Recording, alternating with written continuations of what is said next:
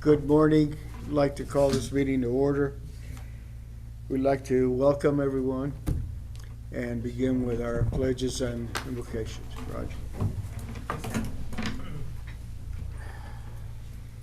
Heavenly Father, as we gather here at the beginning of a new school year, we pause to express our deepest gratitude. Thank you for the gift of education, the joy of new beginnings, and the commitment of every person in this room who plays a part in shaping the future of our students. Today, we lift up a special prayer for those new teachers who are stepping into our classrooms for the very first time. Grant them courage as they begin this journey, wisdom as they shape young minds, and patience as they find their rhythm. May their hearts be filled with purpose, their hands equipped with creativity, and their classrooms become places of safety, growth, and inspiration. Lord, bless our returning staff and administrators as they lead with experience. May they become mentors to those who are just beginning, guiding them with support and encouragement. We also pray for this board, their vision and leadership. Let every discussion and action be rooted in collaboration and clarity of purpose. May this school year be marked with unity and learning. May every campus, hallway, desk, and playground be filled with the spirit of kindness and joy. We ask all these things in your name. Amen. Amen.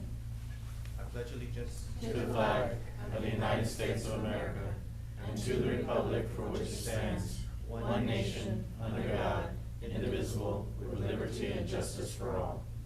Honor the Texas flag. I pledge allegiance to thee, Texas, one state, under God, one and indivisible. Thank you, Roger. Thank you. Okay, now, we have anyone signed up? Yes, sir, we do. Just let me read the rules of Southwest ISD Public Meeting Rules of Engagement. When addressing the audience during the public forum, speakers' commentary must adhere to the following. Everyone must model courtesy and respect. Speakers shall not employ profane or threatening language, nor shall they engage in any personal attacks. The Board of Trustees requests that derogatory and inflammatory statements and personal attacks on the individuals be avoided. Caution should be exercised in publicly attacking specific individuals.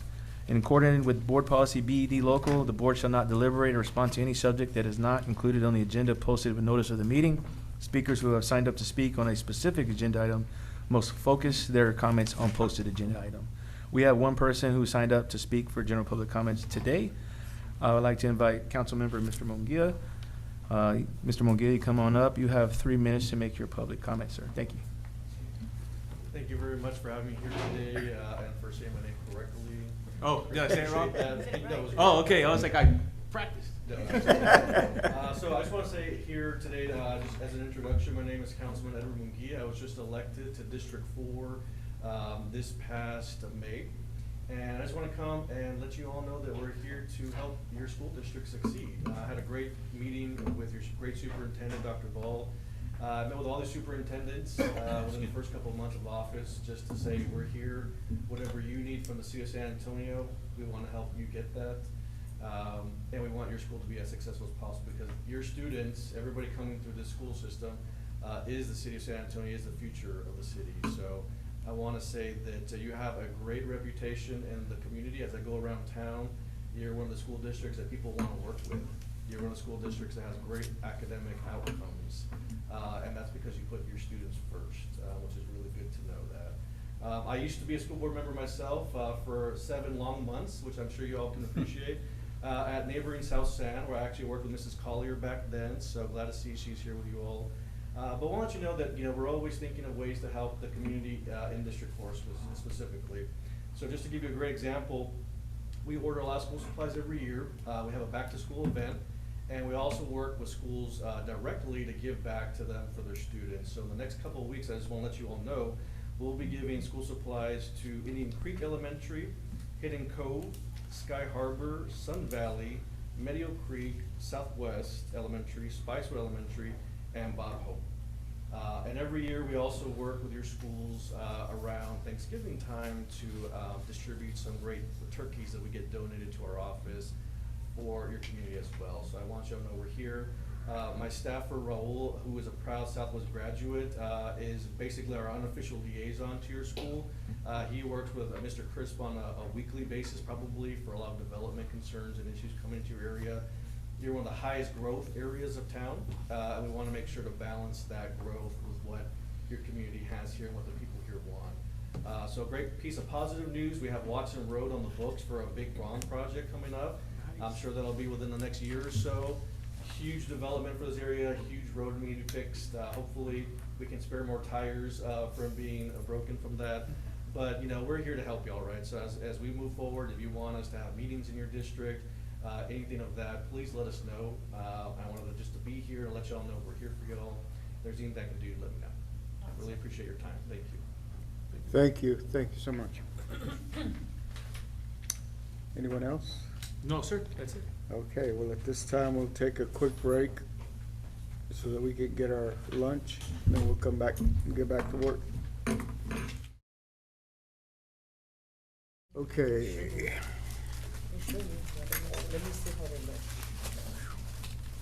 Okay, we're gonna start back up again. Go to item 4, consider approval of the 25-26 Student Code of Conduct. Yes, I believe that we have Mary Lou that's gonna share the updates for our student code of conduct. I know the board had gotten some previous information.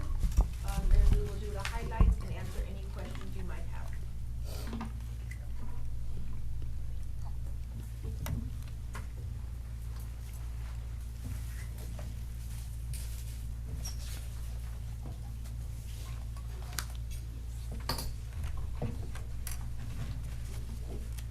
Good morning, President Vasquez, board members, morning. Dr. Ball, and senior staff. Thank you for allowing me the opportunity to go over the summary changes for the student code of conduct.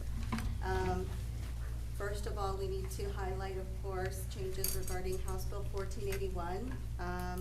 We've updated our code of conduct to reflect this new law that bans student use of personal communication devices like phones, smartwatches, earbuds, during the school day, and this is required for all districts in Texas, okay? Each students can store their personal communication devices in their purses, backpacks, sling bags, things like that, and there must be a designated area in the classroom where they store those. Of course, there are exceptions for students with documented medical needs or educational accommodations that will go through a committee. Okay. House Bill 6, this law expands the circumstances of where a teacher may remove a student from class. Teachers can remove a student for repeated disruption or for a single incident of bullying, abusive behavior, or interference with learning, okay? It also indicates, House Bill 6 indicates that districts can no longer opt out of the requirements to have a designated campus behavior coordinator. And this information must be posted with email and phone number. This can either be the principal or a designee for that campus, okay? Updates to discipline practices. The old 3-day cap for ISS is gone, okay? Now there's no time limits, but placements must be reviewed every 10 days. In the best interests of children, we intend to continue treating 3 days as our standard maximum for ISS. If a longer placement is needed, that's gonna be reviewed carefully and individually and only used when other interventions have failed or if there's a safety concern. Students in ISS must continue to receive instruction and, if applicable, special education services per their IEP. Aversive techniques, the code now explicitly states that discipline techniques cannot include anything that meets the definition of an aversive technique. First-time vaping offenses no longer require mandatory DAEP placement. Administrators now have the discretion to assign 10 days of ISS or consider DAEP if warranted. Seniors that are assigned to the DAEP will still be able to participate in graduation exercises unless the DAEP order specifically states otherwise, okay? Suspension limits for students below grade 3 or those identified as homeless. Those students cannot be suspended unless their behavior involves a serious safety concern like weapons, drugs, or any type of ongoing disruption, or if there's a threat to the immediate health and safety of other students. Parents can now ask for ISS to be reassigned instead of OSS if they cannot supervise them during the day, okay? But this option is not automatic, okay? The principal can consider if extenuating circumstances exist, and we must keep that documentation on file. Artificial intelligence, students are not allowed to use AI tools to cheat, disrupt, or cause harm. This includes AI-generated work unless the teacher has explicitly approved it. There were some changes to mandatory placements to DAEP, so issuing a false alarm or terroristic threat involving a public school, criminal harassment or retaliation against a district employee or volunteer, being a registered sex offender or under court supervision. Those are mandatory placements, whether they happen on or off campus. Expulsion is now permitted for students who commit an assault against a district employee. Students may also be expelled for Title V felonies regardless of whether the behavior occurred on or off campus. A student who is expelled may be assigned to a virtual expulsion program if the JJAEP rejects the student or releases them early. The district then would be responsible for ensuring the student has access to devices and internet if needed, okay? That is a summary of the changes. I'm happy to answer any questions if there are any. I'm curious why I don't know if that would fall under the code of conduct, but why don't we have a dress code anymore? I will, so, a couple of years ago, we in auditing our practices, found that we didn't even have a teacher and a staff dress code, so we took the practice 2 years ago, creating a teacher and employee dress code first, to make sure that we had a dress code, and then now we have actually started the work of doing the student dress code, and we'll do the same practice, which is going through a whole bunch of different committees, parent groups, and teacher groups, employee groups, to make sure that we reach out to as many, to get as much input before we pass the new dress code. We wanna make sure that parents have a year notice of the dress code changes, so that they're able to be well aware before they buy clothes for the following school year. So we'll be doing that practice this year, and we've already started by collecting dress code policies from surrounding areas and from schools. So what do we do if we have a child come to school? Say you have a girl come to the high school with a backless shirt and short shorts. That's okay? So in the handbook, it does say that the administrator has the discretion that if a student is either dressed or acting in a way that disrupts the operation of a school, that they may go ahead and take disciplinary actions or go ahead and contact parents regarding that. And so they've always been able to do that. They've always had conversations with students and things.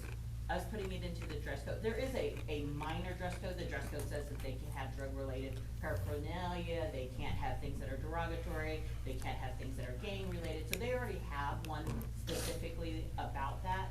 This one would solidify it a little bit more, but principals have been using that discretion since we did away with the dress code back probably about 10, 15 years ago now. Okay, I'm just curious, cause I drop Jack off at the high school every day, and it's pretty questionable, the way some kids go in there.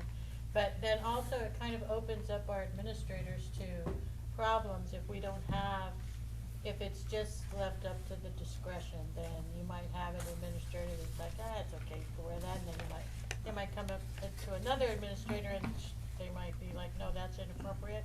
So I think, like you said, we study it and we put something into Action. And Yeah. it'll also go through student organization groups, so we will have input from all stakeholder groups on this. Okay, all right, thank you.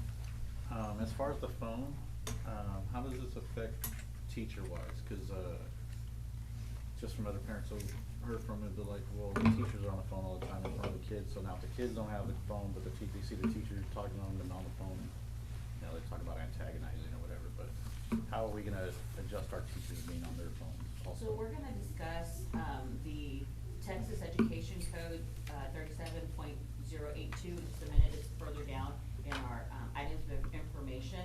But this specific law does not affect an employee's right to use their phone or not use a phone. But this is something that we address with administrators in making sure that when they're in class time, that they use it for instruction. Okay. And all of our classrooms have phones now, right? They should. Yeah, so if there's an emergency, they have a phone right there instead of being on their side. And we have radios now too, which should, Well, the teachers don't have radios, but they have to phone in class. yeah, okay. Okay. But I do know several principals that monitor, and when they're doing their walkthroughs, they they documented the teachers always on their phone, and they have those conversations with them. Dr. Ball, my concern is discretionary, there's several discretionary lines where either involving ISS or DAEP. Are we gonna give our principals guidelines?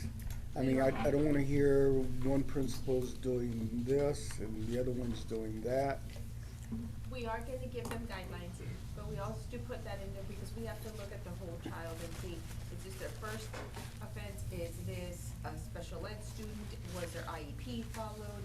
You know, what are the circumstances? So we also can't make it just black and white because there's other factors to look into. But we are, August 27th, gonna have training with principals to be talking to them about that. Thank you. And some of those discretionaries will actually go to the hearing office, and the hearing officer ensures there's equity across the district. great. And that That's- administrators are not overly, placing students into DAEP for discretionary versus mandatory. Mandatory always go.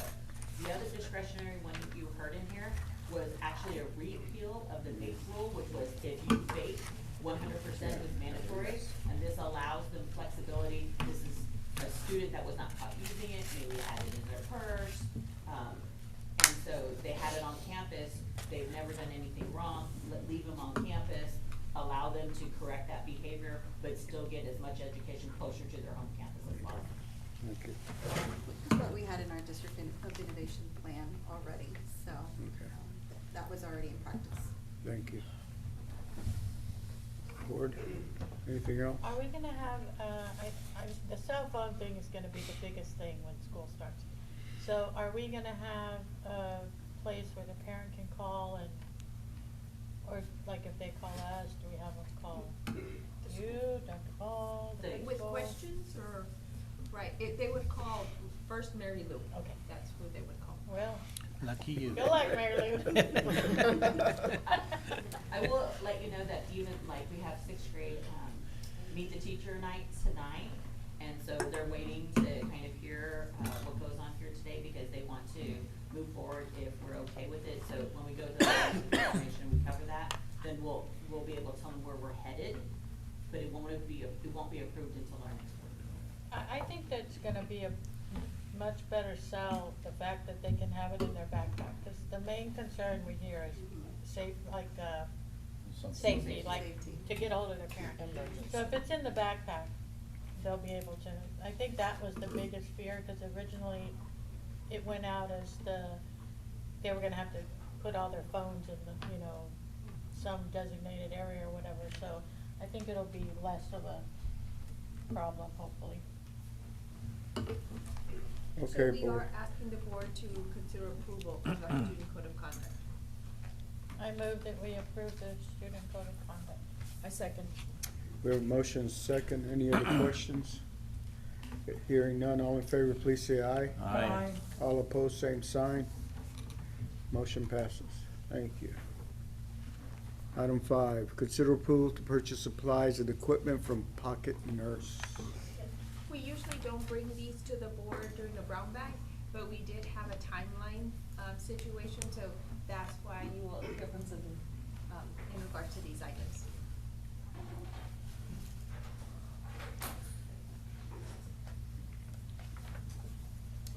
Good afternoon. So we were awarded a grant, and the process is that we do submit our items that we would like to purchase. And so then the Workforce Commission approves, and that's why we were finally able to take these items to the board to meet our 90-day requirement. So today I am asking from 3 different vendors approval. The first one is to consider approval of purchase and supplies from Pocket Nurse not to exceed $150,000.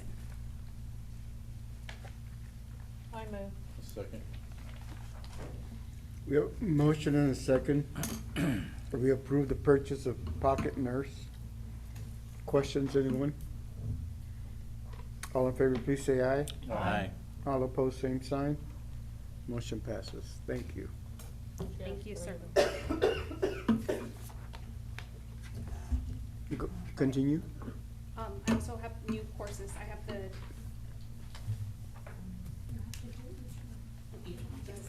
so the next one is the diamedical. I am asking for approval for purchase of supplies from Dia Medical, not to exceed $105,000. And this is all grant money, correct? Yes, correct, yes, for I the move. 3 vendors listed. I second. We have a motion, a second. The board approve the purchase from Dia Medical USA. Questions, anyone? Hearing none, all in favor, please say aye. Aye. All opposed? Motion passes. Thank you. And you have one more? Yes, sir. The next one is asking for approval for purchase and supplies from Z Space, not to exceed $90,000. I move. I'll second. We have a motion, a second. The board approve the purchase from Z Space, again, coming from CTE grant funds. Questions, anyone? Hearing none, all in favor, please say aye. Aye. All opposed? I'm not sure though, are they actually CTE grant funds or another grant that we got? I just wanna double check. Yes, this is a CTE jet grant. Okay. Okay, motion passed. There's another thing. And now Celine also has our secondary new courses. Yeah, so TEA did update their courses for 25-26, which did eliminate some of our current courses. So for our master schedule, we want to make sure that these courses do get approved, so we can have courses for our CTE and then also for our student age parenting program teacher and courses. So I am asking approval for the secondary courses. What are the courses? So the course that you'll see is the extended practicum, is the first CTE course. And then we have some parenting classes, Parenting 1 and Parenting 2 for our students that are parents. I move. Second. We have a motion in 2 seconds that we approve the secondary new courses for 25-26. Questions, anyone? Hearing none, all in favor, please say aye. Aye. All opposed? Motion passes. Thank you. Thank you. Oh, let's see. Items of information. Go straight to items of information. Item 9A, student and parent handbook. Yes, we have also Mary Lou that's gonna share some of the highlights of the student and parent handbook, some of the recent changes and all the changes really have to do with legislative changes, so she has a few items to mention.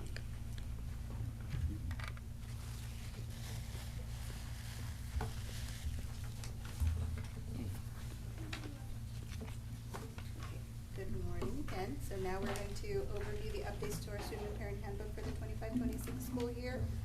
Safety and security, our law enforcement protocol was updated to comply with our Safe Schools protocol requiring ID review, use of Raptor, and a confidential space procedures when law enforcement comes on campus and interacts with our students.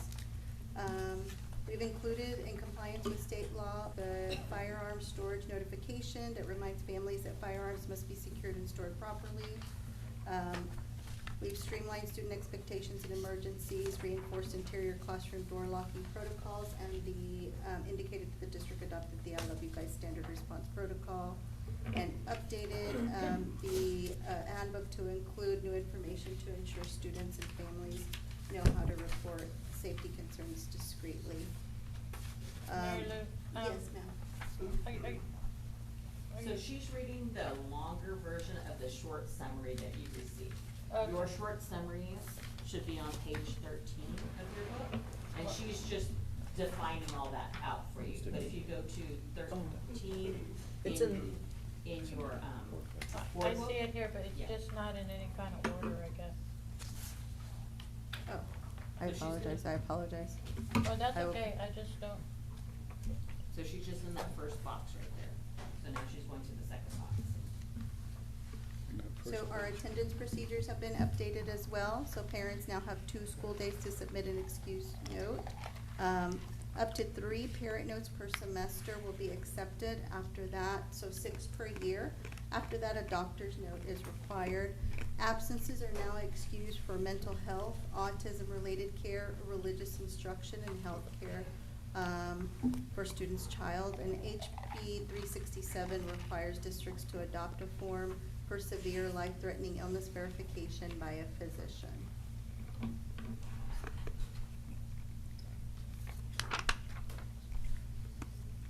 Electronic recording and communications, that is, students shall not electronically record any conversations or meetings pertaining to district business unless every person present has been notified and provided explicit permission to be recorded, and all recording devices shall be in plain view if they are being recorded, okay?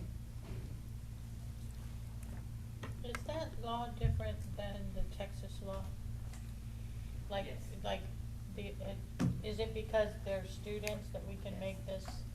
Okay, In the state of Texas, only one person has to be aware. right, but because, They're students, they have to follow our students. okay, all right. So our grievance policy has been updated to include, or currently in the process of being updated to include procedures that align with Chapter 26A. The district is to make available on their website any information and procedures for resolving grievances. Absolutely indicate standardized forms for filing a grievance, a notice of appeal, and the method by which a grievance may be filed electronically. And in addition, they're asking that the district attach a policy of their grievance policy to this handbook. There were a couple of changes made by the CNI Counseling Department. They did not include the high school academic honor cords and stoles. It's deleted. This document had some updates in the fall and will be available at the high schools once the committee has made final decisions. There were some revisions for corrections as far as credits, things like that. Career and technical education was updated to reflect the current programs that we have at Southwest ISD. And we added the notification of non-discrimination with Southwest ISD contacts. Health services was updated. For illnesses, the paragraph that indicates that a child with a fever of 100 degrees, our handbook states over 100 degrees, and that is correct. So it is at 100 degrees, okay? And the immunization and vaccine requirements were also updated as well. In addition, the district is required to provide notice of each health-related service offered at a student's campus, and a parent may withhold consent for or decline a health-related service. I went over safety already. Child and nutrition, we indicated that food provided on campus cannot be taken off campus. All campuses continue under the community eligibility provision. Meals are free for all students. Language about parent payment agreements and student meal debt collection was removed as well to reduce stigma. Extracurricular activities, we updated that to include that a student enrolled in a private school, including a homeschool, shall not be eligible for concurrent enrollment in the district nor participation in curricular extracurricular activities. We updated the information on the personal communication devices to align with the new state law and our new policy that we're going to review here shortly. As far as instructional plans or course syllabus, Senate Bill 12 requires teachers to provide a copy of the instructional plan or course syllabus for each class to district administration and to the parent of each student that is enrolled before the beginning of each semester, and provide additional copies to parents upon request. Distance learning was updated because Senate Bill 569 repealed the Texas School Virtual Network and allows for students to enroll in virtual or hybrid courses offered by the district or another district or school approved in accordance with the new education code. Parental consent was updated, and parental consent is now required for any participation in a student club, What we've indicated here is that by acknowledging receipt of the handbook, parents are giving their consent for students to participate in clubs, but they still may opt out if they choose to do so, okay? Parental rights and options. State law now provides that a parent has the right to direct the moral and religious training of the parent's child, make decisions concerning the child's education, and consent to medical, psychiatric, and psychological treatment of the child without obstruction or interference from a governmental entity.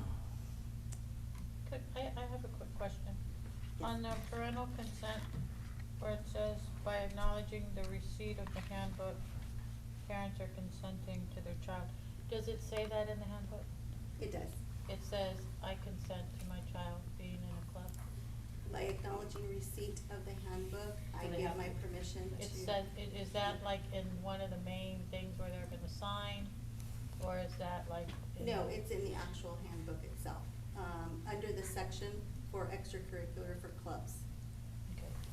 My main concern is that most parents don't read that. They just look at the back page that says, I've received my handbook. So I think in an instance where receiving the handbook is gonna do something like that, we probably need to have that in the, at the end when they're, like, check a box that says, I can, you know what I mean? Just in case there's a club they don't want their kid to be in and they're in there, and then why are they, well, cause you did this and it's kinda hidden in there, I don't wanna, what do y'all think? I just think if we do that, we're gonna be putting a bunch of check boxes at the bottom. I mean, it's on them to read it. It's not us to baby walk them. Probably most parents don't read it. That's what I mean. I read it, When but. you're signing it, you're signing that you read the whole thing. Yeah. I mean, that's what you're signing, that you read the whole thing. You're right. Okay, well, y'all do whatever, but if we, I mean, that's just my opinion.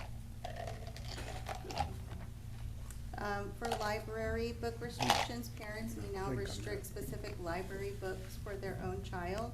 The district will provide a checkout record with title, author, genre, and return date, so parents can know, what their child, has access. Okay? There are also some additional things, that were not on this sheet. Written parental consent is now required at least 14 days prior to any type of human sexuality instruction. And Senate Bill 12 now requires at least 2 opportunities for in-person meetings between parents and teachers each year. Any questions or concerns? I just wanna say kinda on what I commented, my reason being is that if we keep saying we want parents to be more involved and we want them to be more concerned and know what's going on with their students, I mean, their kids, I mean, at the very basic, read what's going on with the district in your handbook. I mean, pencil whipping and just throwing it, I mean, and then complaining about it later is, I mean, it's the beginning of the school year, just sit down and read, you got time. I mean, if we can't get past that, then those are probably gonna be the same parents we have issues with during the season that during the school year, that we never heard from a teacher of this, but, I mean, just. And I'm just curious, do clubs and extracurricular activities groups, do they ask the kid that comes and wants to join, do they ask them to get consent from their parents or no? I know we used to, I used to. I know I used Extracurriculars, to, we used to in paperwork. football. Extracurricular activities is gonna be different from clubs. Extracurricular, there's paperwork that has to be filled out. Obviously, you have to have a physical, there's gonna be medical Yeah. consent forms. So it's a lot more strenuous, but like a book club and the clubs, like student clubs that are kinda after class, like especially in the high schools, there's a whole bunch of different ones. They sign up to be it, but I don't know if we're asking them to get a parent approval to be a part of the club. Maybe like a standard form, because we do have, some elementaries do have additional clubs, so it might be something that we might want to consider. Yeah, let's look into that, maybe clubs get a consent from the parent, you know. I think that'll, cause this way, you know, there's 30 kids in this club, okay, and there's 30 different clubs in this club, okay? We're not asking 2,000 kids to sign consent. You know, we're asking individuals to get consent from their parents. that want to join a club. I mean, it's something to think about. I'm sure there's a con to it, but I can't think of it right now. Can we find out what other districts do too? This came from other districts. Oh, so- it did? It did, So okay. all the Region 20 superintendents agreed to put it into their handbook. Okay. So that's where, Okay. that's where this came from. But we don't know what procedures they follow as far as, right? Same as this, so we met and we talked about this, that we would all put it into our handbook with the new legislative change.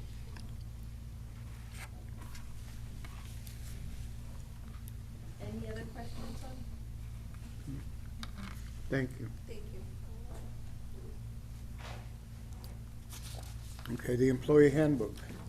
I think Mr. Ramirez is gonna have this one.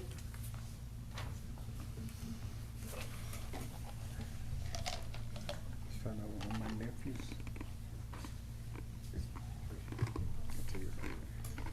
Good afternoon.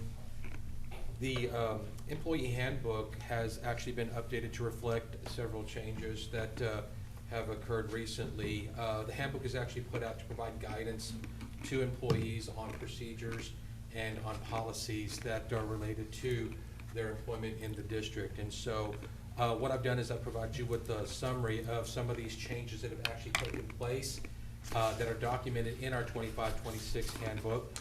You'll notice over to the left the topic for these changes, and I'll go through these here just briefly in case you have questions or comments or concerns about them.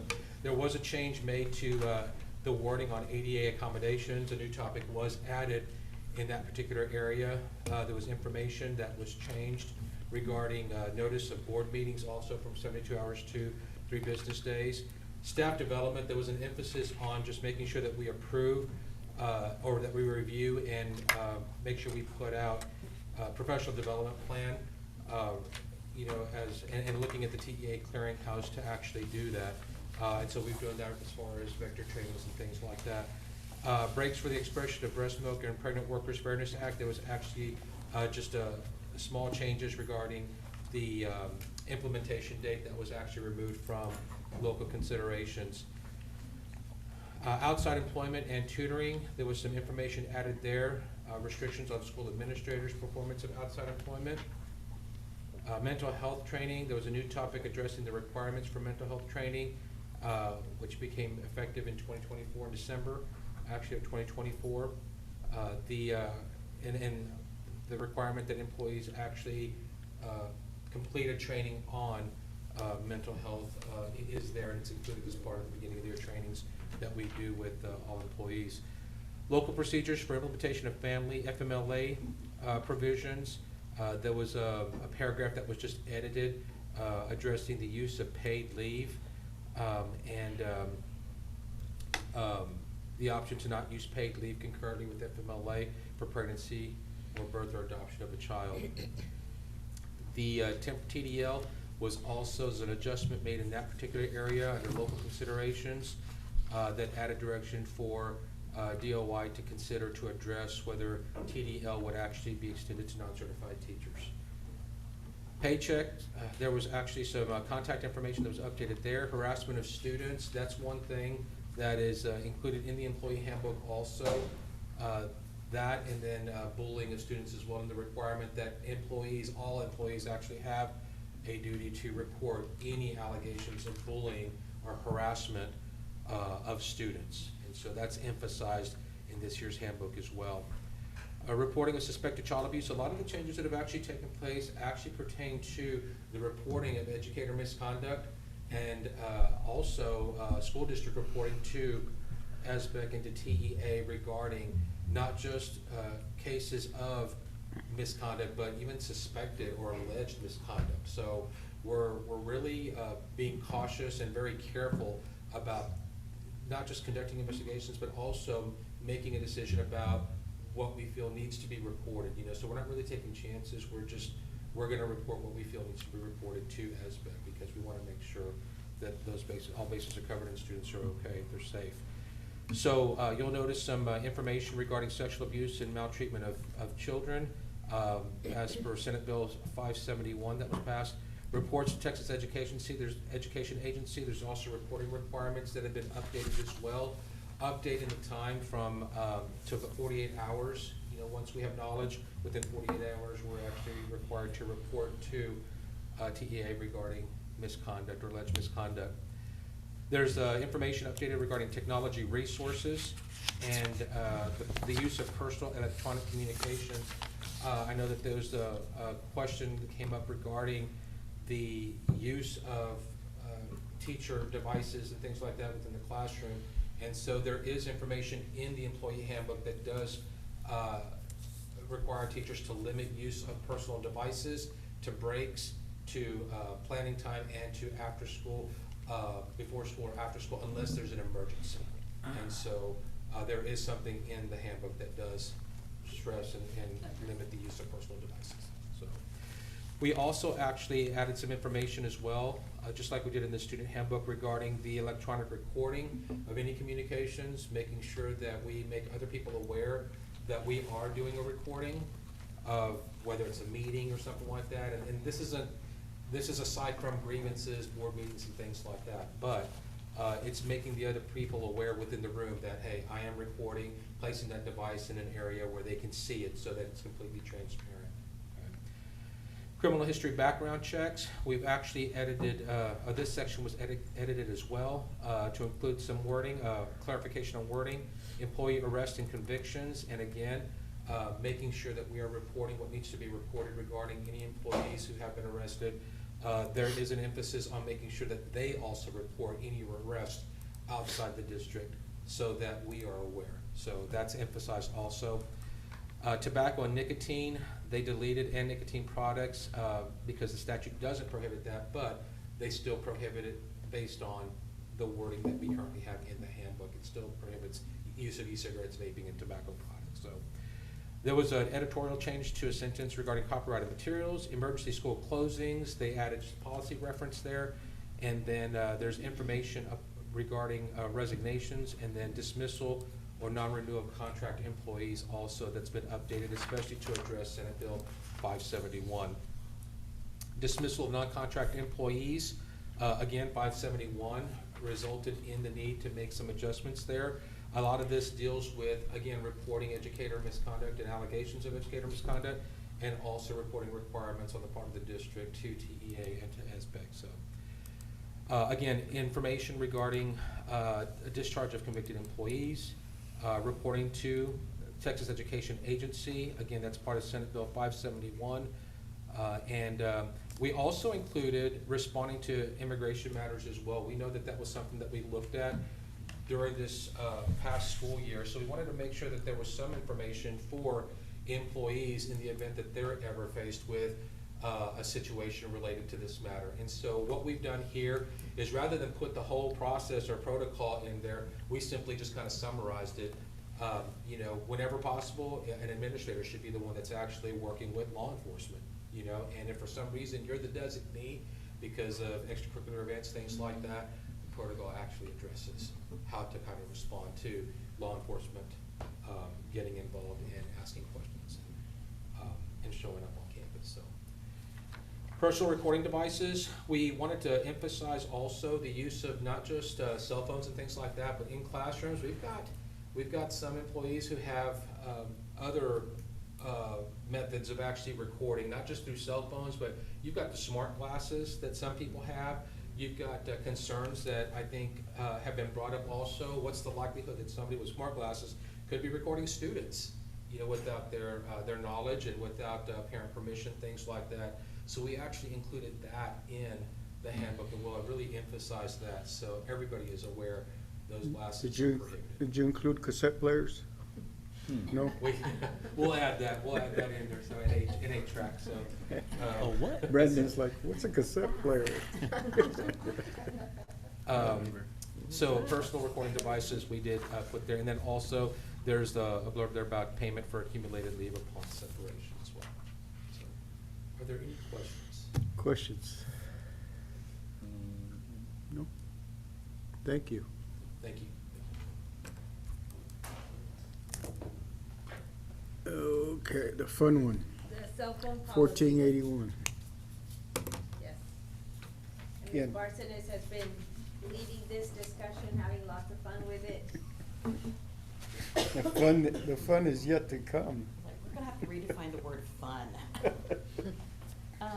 So, I wanna start off by making sure everybody's aware that this is not a Southwest ISD policy. This is a Texas Education Code revision, and as a agency for the state of Texas, we have to adhere to the Texas Education Code. So the Texas Education Code that this is 37.082, and so other people are calling it the cell phone bill, or the cell phone law. The first thing we wanted to do is actually go through, and I've given you a PowerPoint so that you guys don't have to take this eye test from as far as where you're sitting. We're actually gonna go through it because I think it's important for parents who are listening right now to actually understand what it says. We've heard a lot of misinformation going out there, so we wanna make sure that we actually read the law, because the law is very clear. And so in this section right here, you will see that the law prohibits the use of personal communication devices such as cell phones and other devices, including those just to listen to music during the school day, which is the first bell of the day to the last bell of the day, as defined by the Texas Education Code. In that, I'm sorry, I'm gonna go back.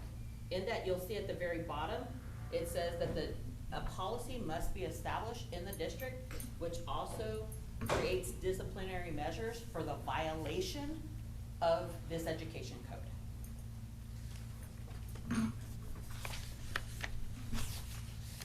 The next part of this law says that it prohibits the student from either bringing the device to campus property, which some school districts have opted for, that they don't want any cell phone or recording devices on district property, or that the school district designates a method for storing the student's personal communication device while the student is on property. So, we have a choice, A or B. We don't allow them, or we allow them, but we establish storage. So that's what it reads. The next part of this bill states, and this one I want you to understand that I've read a lot of different parents' blogs, a lot of parent comments on this. This gives the district permission to dispose of any personal communication devices that are not picked up within a certain amount of time. Now, this is not what the district's intent is at all. It just says that you don't have to hold these for 5 to 10 years, and then somebody comes back and says, you took my child's cell phone in 6th grade, he's a 12th grader, you owe me $1,000 for that iPhone. It basically says you have to have a methodology for communicating with parents to ensure they have an opportunity to pick that phone up, and if they don't, and you've gone through all of your measures, that you may dispose of it.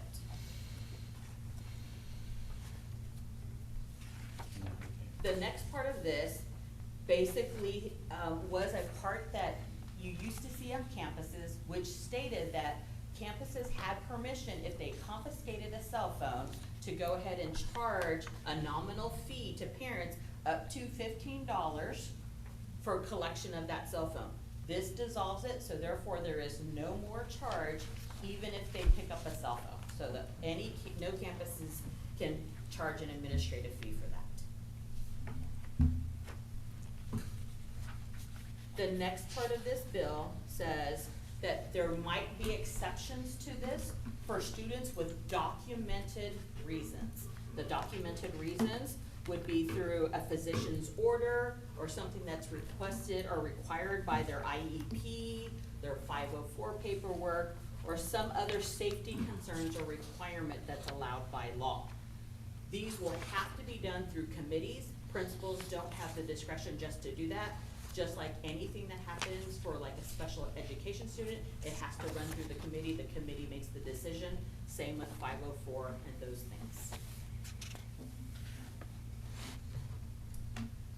The other part of this bill defines what a personal communication device, it used to be called the telecommunication device previously in this Texas Education Code, but it means everything. Every cell phone, smartphone, smartwatches, glasses that record, anything that can receive communication in or out, walkie-talkies, Beats headphone, wireless, plugged in, it doesn't matter.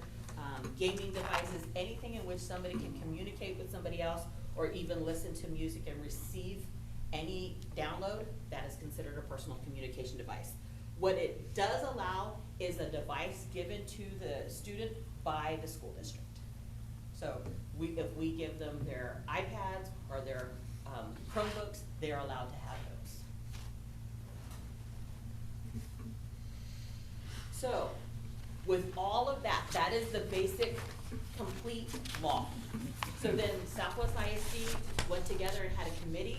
The committee came up with several ideas of what we wanted to do as per choice A or choice B. Do we want to have personal communication devices on campus or not? We had a great representation of teachers, administrators, and people who have students that are also in our school and other schools. And they stated unequivocally that they would like the cell phones to be on campus. So our option for our district is to allow students to have their cell phone on campus, but stored and not in use from the first bell to the last bell. So that is what the district is proposing, and that is what you will see as we go through policy update FNCE local that will be given to you in our next section. We will also make sure that parents are aware that pockets are not considered storage, because it's too easy for them to pull it out of back pockets, out of coat pockets, out of jacket pockets. It needs to be in some kind of storage, like a backpack or a purse, because that way the administrator could say that backpack or purse has to be in the cubbies over there on that section, over by the floor, and so that the child will be away from their device, but still in the class. We also, personal communication devices cannot be used during any time of the day, meaning not in the bathrooms, not in the hallways, not at lunchtime. From first bell to last bell, personal communication devices, cell phones, headphones, earbuds cannot be used at all. They cannot be given that as a reward for free time, for ISS, or any other time of the day. Personal communication devices, including cell phones, will be allowed on transportation.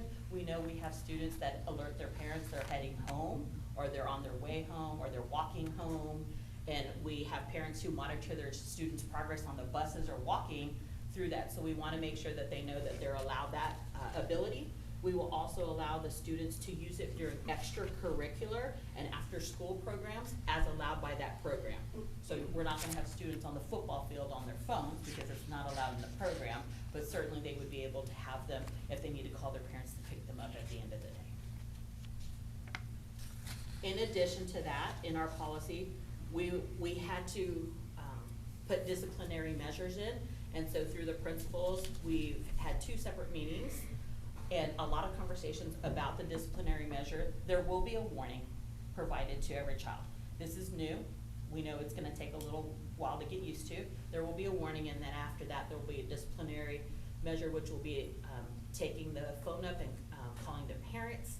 And so we have a parent letter. I provided it for you so that you're able to read what will go out to parents so that they are notified of this change in the education code and also what the disciplinary measures could be.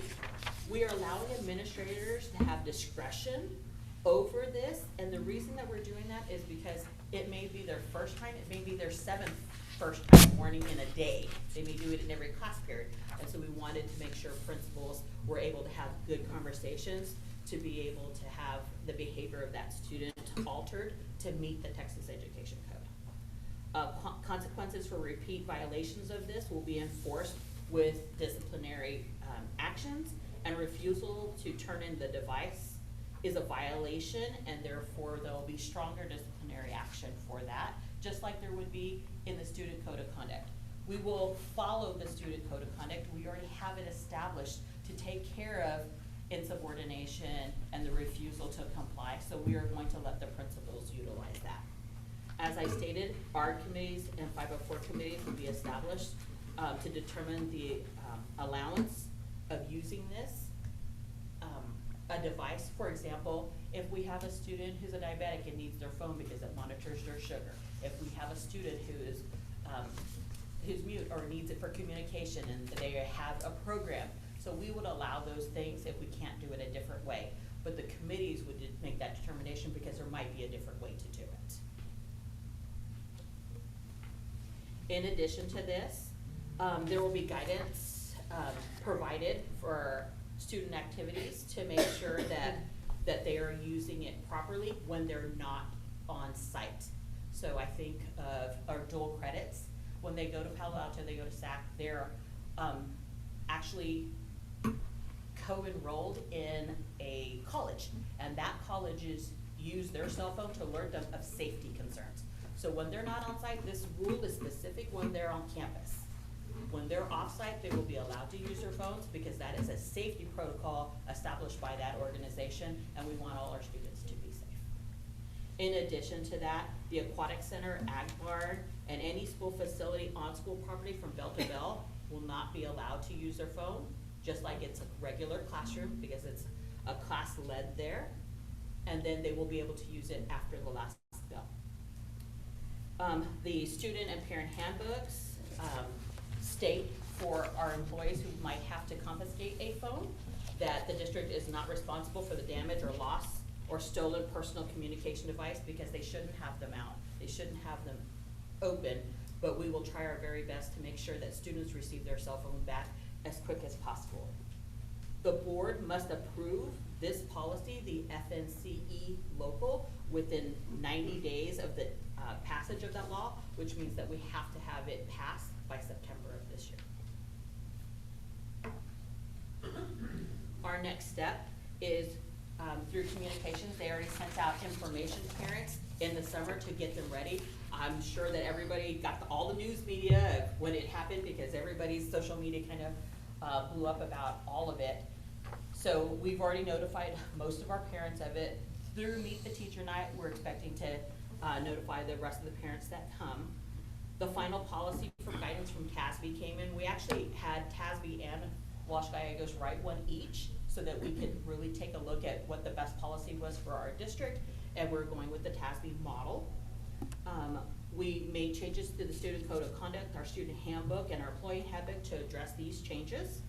And then we have would like to train the administrators and staff about these changes. They were already part of the implementation. They know which way we are drafting to go.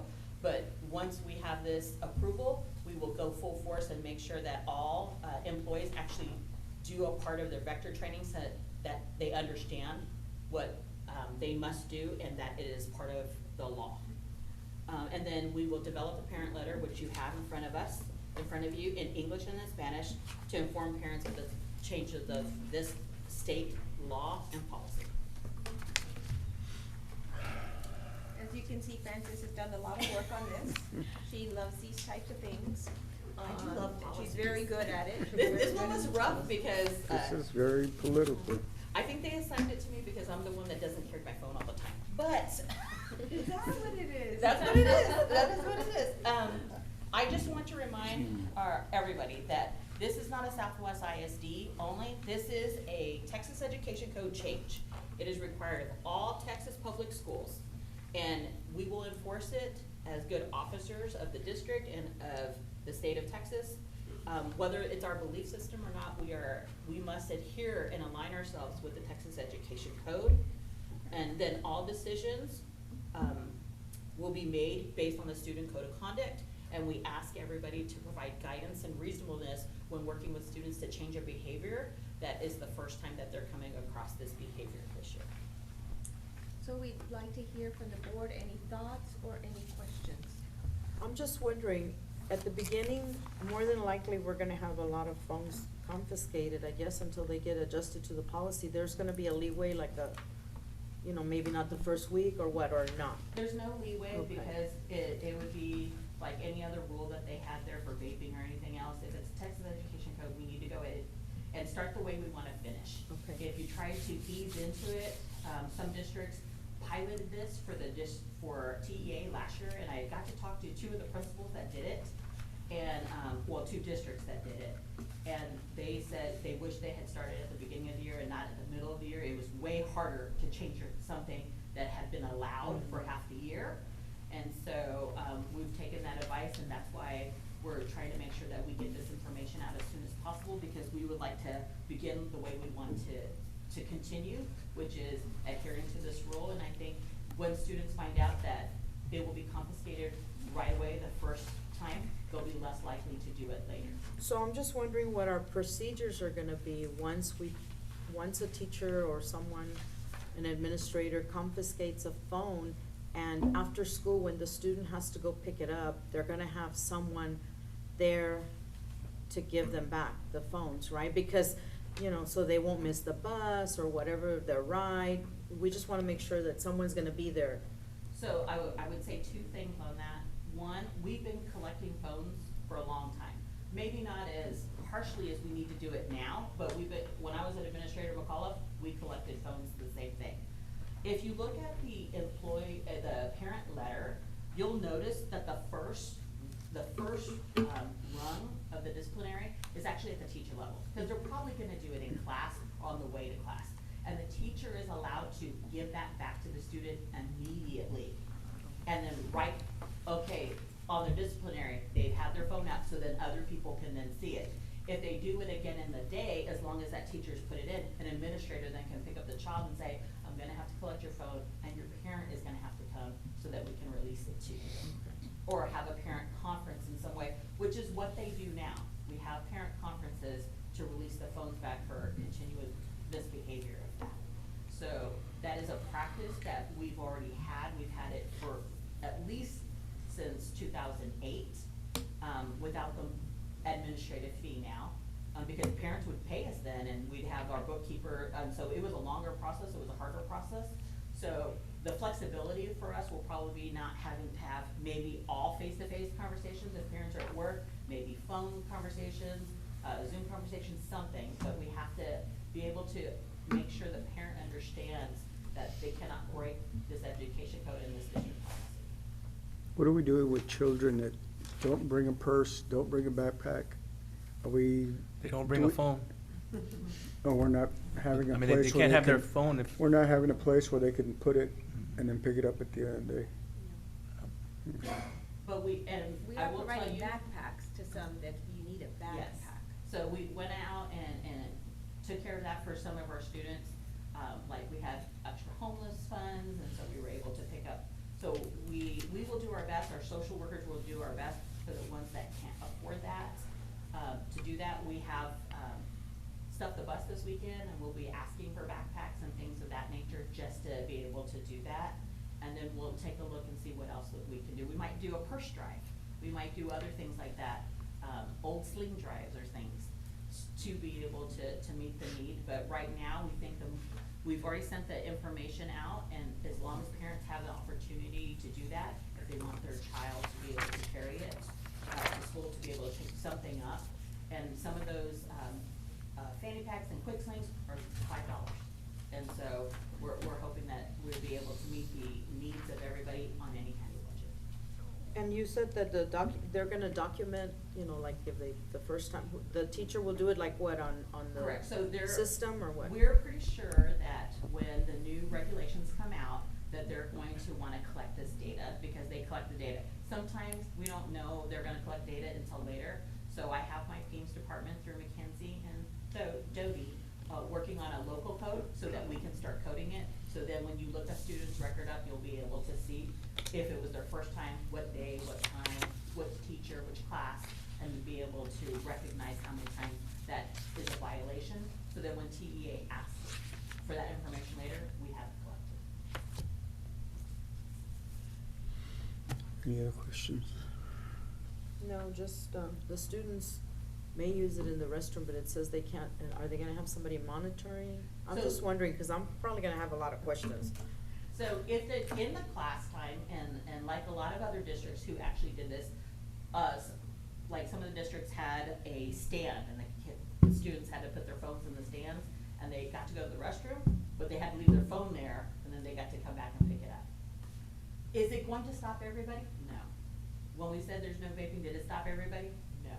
So we're gonna do what we can to make sure that we do what the intent of the law is, which is allow the teachers undivided attention in the classroom to teach and give great instruction, and then be able to adhere to this rule as much as possible, while still being able to help students with behaviors. Because in a lot of different workplaces, when you go out into the work field, you can't use In some places, you can't have a phone out, you know, out on the Toyota deck, on this deck, on that deck. And so it's teaching those soft skills for life, for later.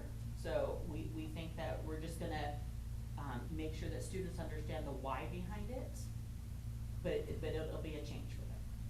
Didn't Scobie have something like this last year? All How the did middle they- schools did. How did they, oh, all the middle schools? They Mhm. did, yes, they had posters up at their schools and they all kinda came together for it. They were able to collect the fee because it was legal back then to do that. And so, it does work depending on how serious the teacher keeps it. So if you have one teacher who allows it, another teacher who's very strict on it, then students don't understand the rule.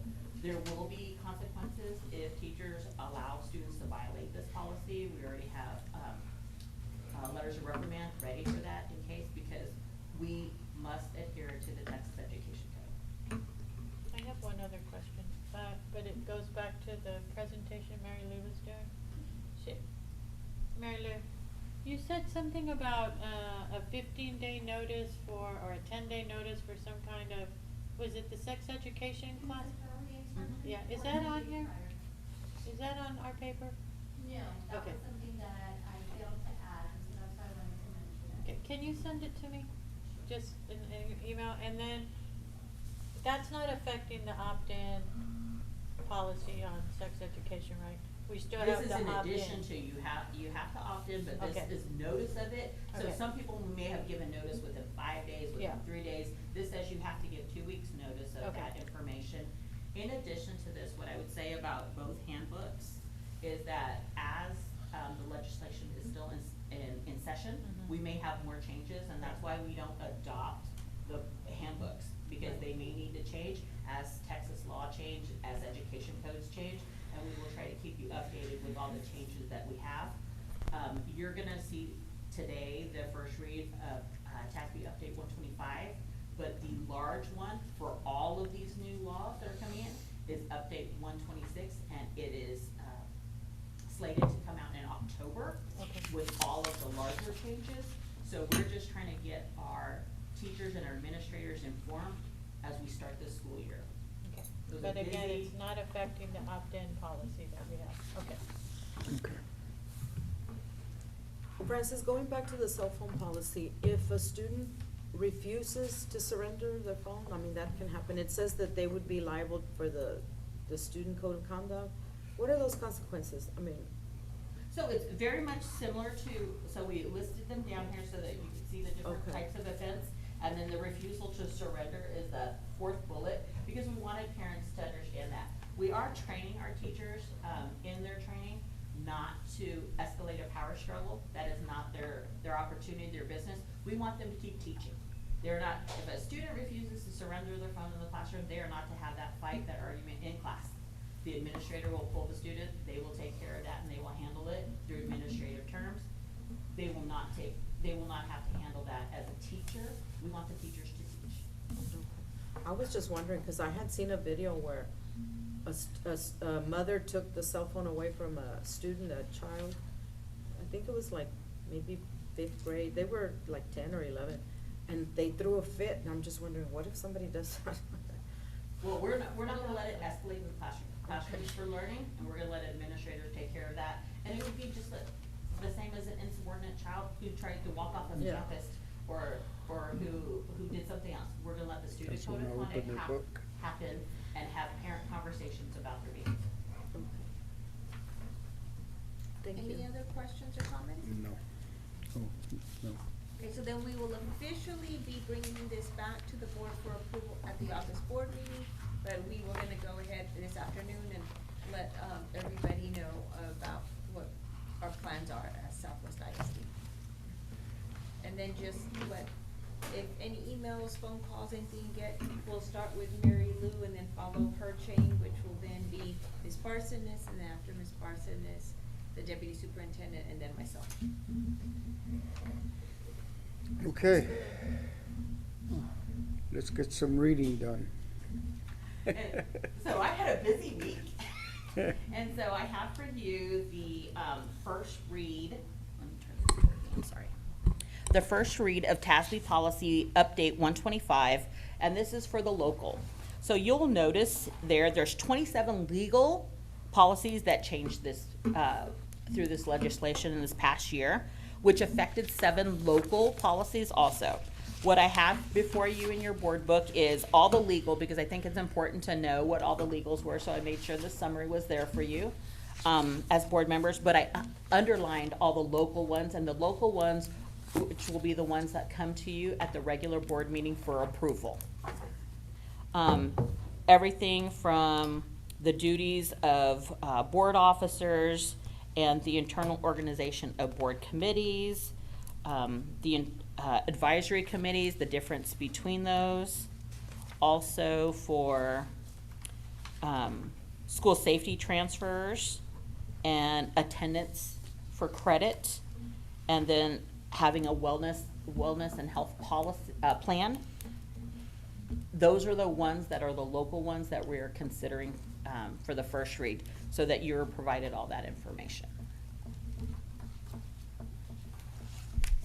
You have from now until the regular board meeting to read these, look this over.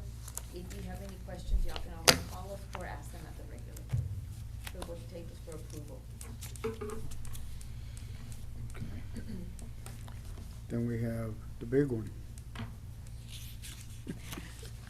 So this one was interesting for me because I don't remember our last TASB board review, so I thank Dr. Ball for bringing this to our attention. I do enjoy board policy, so this one is a first read of a TASB board review. So TASB came in with 2 of their associates and helped us go through line by line through all of our local policies to ensure that our practices are aligned with what the policy stated. What I noticed through here is a lot of policies may have altered their practice due to COVID. We had a lot of things that happened during the COVID time that we allowed for and that we opened up, and so this would change some of those actions, and this would also make sure that we're actually following our board policy. So I went ahead and wrote a summary of all 41 policy changes that we're asking for, and they're all down the line. I tried to make it very simple, and then I gave you the comparison sheets. But basically, things such as there's no policy that requires us to write our mission statement as a policy. Our mission statement isn't a policy, it's a mission statement. And so that was unnecessary, because anytime you want to change it, that you would have to go through board policy. We don't have to do that. We can change our mission and things of that nature.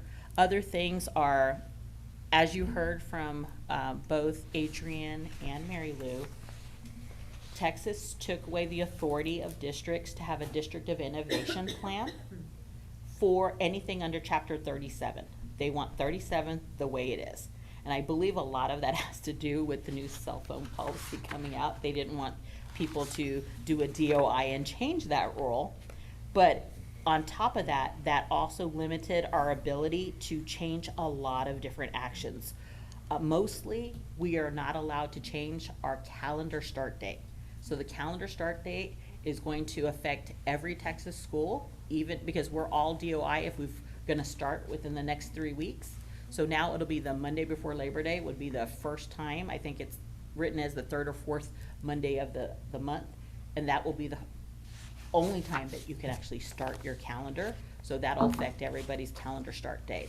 In addition, there will no longer be DOI teachers. This will be the last year of DOI. Now you will have to be a fully certified teacher or on permit. And so we are notifying everybody who's under that right now to let them know that they have this year to pass their tests. And so we will make sure that we can help them. Region 20 is actually following a great idea that we proposed to them, and they're having Saturday classes to help people through their testing too. And so we will be able to help them provide guidance to make sure everybody crosses that line who's wanting to cross that line. In addition to that, we do not have the right to change class size anymore. So we were at 23 and then we would do a waiver at 24. Now for kinder through 4th grade, it is 22-1. And so anytime that we're at 23, we would have to do a waiver. So we may see an escalation of waivers this year. in certain areas that have growth. And so we're taking a look at that. A lot of them may be things, for example, that says we're no longer allowing people that come in during the COVID emergency to get a time and a half pay. Well, we don't need that anymore. COVID is done. We're not closing down school, so we don't have to put that pay in. In addition to that, we have just minor things about body camera usage while people are working as police officer, making sure that we allow students to continue to charge for meals even if they've exhausted funds, so that no child goes without a meal. Additionally, we have everything that they've already told you about artificial intelligence, and that to make sure that we allow for specific contracts to be given to certified and non-certified, to nurses, things of that nature, and just making sure that we follow up. We selected T-Test over a year ago, and we needed to make sure we named what our evaluation for principals would be, which was T-Test. T-PES, pardon me, T-PES. The start date for school, that's gonna start next year?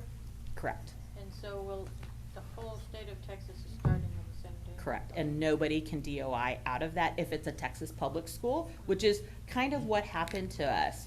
We found out last year, out of the 58 or 53 districts that make up the Region 20 area, we were a week behind starting from everybody but 8 campuses. 8 districts were where we were, everybody else started earlier, which gives all of their students a week earlier practice in football and sports and band and everything else. And it doesn't make us competitive. And then it also interferes with our parents who are employees here whose students work somewhere else, because we're not aligned. This hopefully will bring some alignment to that. So it will be a shift. We're hoping to put our calendar out to our first group in September and be able to bring that to you again for approval in November, so that everybody is aware of what that timeline is going to be, so that people can make plans for summer and that people can make plans for summer employment. And when is this gonna be the start date? What did you say? Adrian, do you remember if it's the 3rd or 4th Monday? The fourth, I believe it was the fourth. 4th Monday, so Like it'd we be had right it before before, Labor Day. yeah. Mhm.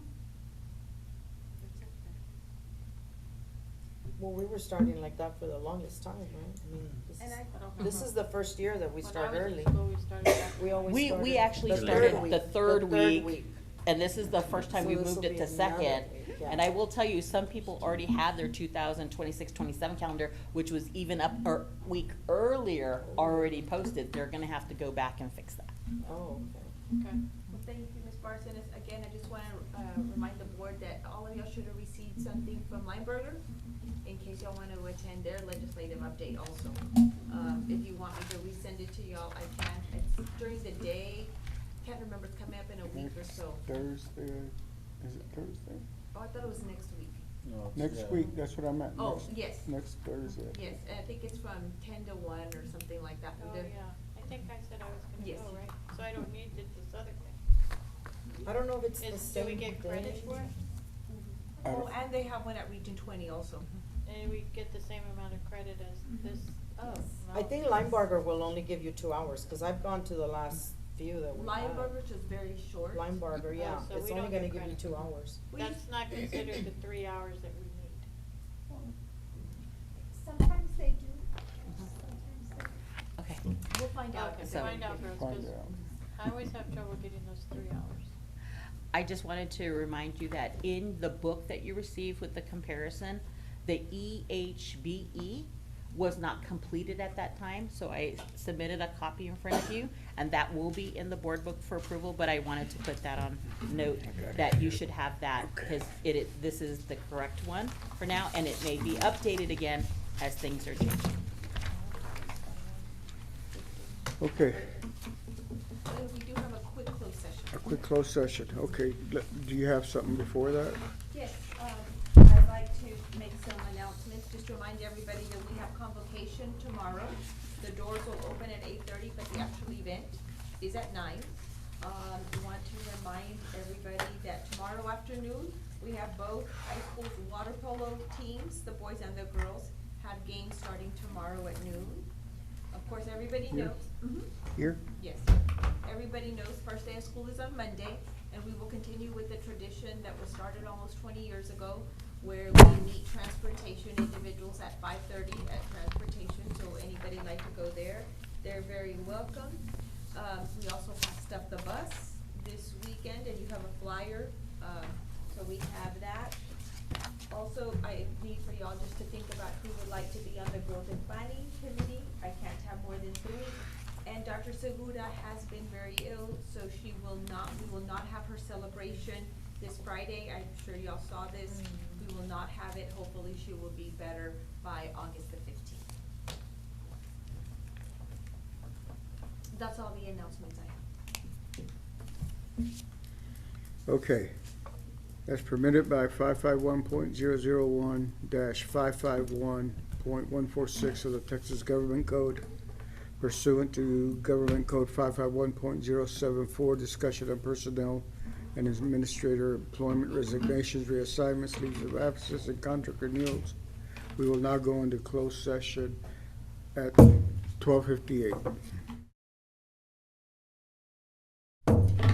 We come back into open session at 1:13. Item 11, appropriate action items discussed in closed session. I move that we approve the superintendent's recommendation as discussed in closed session. I second. We have a motion second. All in favor, please say aye. Aye. All opposed? Motion passes. Superintendent's remarks. Gracias. Muchas gracias. Can't wait for convocation tomorrow. It's gonna be amazing. Is everybody able to go to Bob Hope right now? I can. I cannot either. What time is it? I can. I'm not gonna be able to. No? No, because I have an No. appointment at 2. Okay. Solo? Sylvester, you It's can, and Daniel, you 1:15. can? He No. has to go back to work. It's like, yeah, I should go back to work, but we'll see. Okay. Is it gonna, it's gonna be quick, right? It's gonna be quick. Brandon has a Suburban out there right now. We're gonna take y'all so quick. It'll be quick. I'm gonna drive. You gonna drive? I'm Okay. gonna drive. I'll go, but I'll Okay, take my we- car too, we're cause I'm ready gonna to have to adjourn. go straight to Okay. the doctor from there. Meeting adjourned.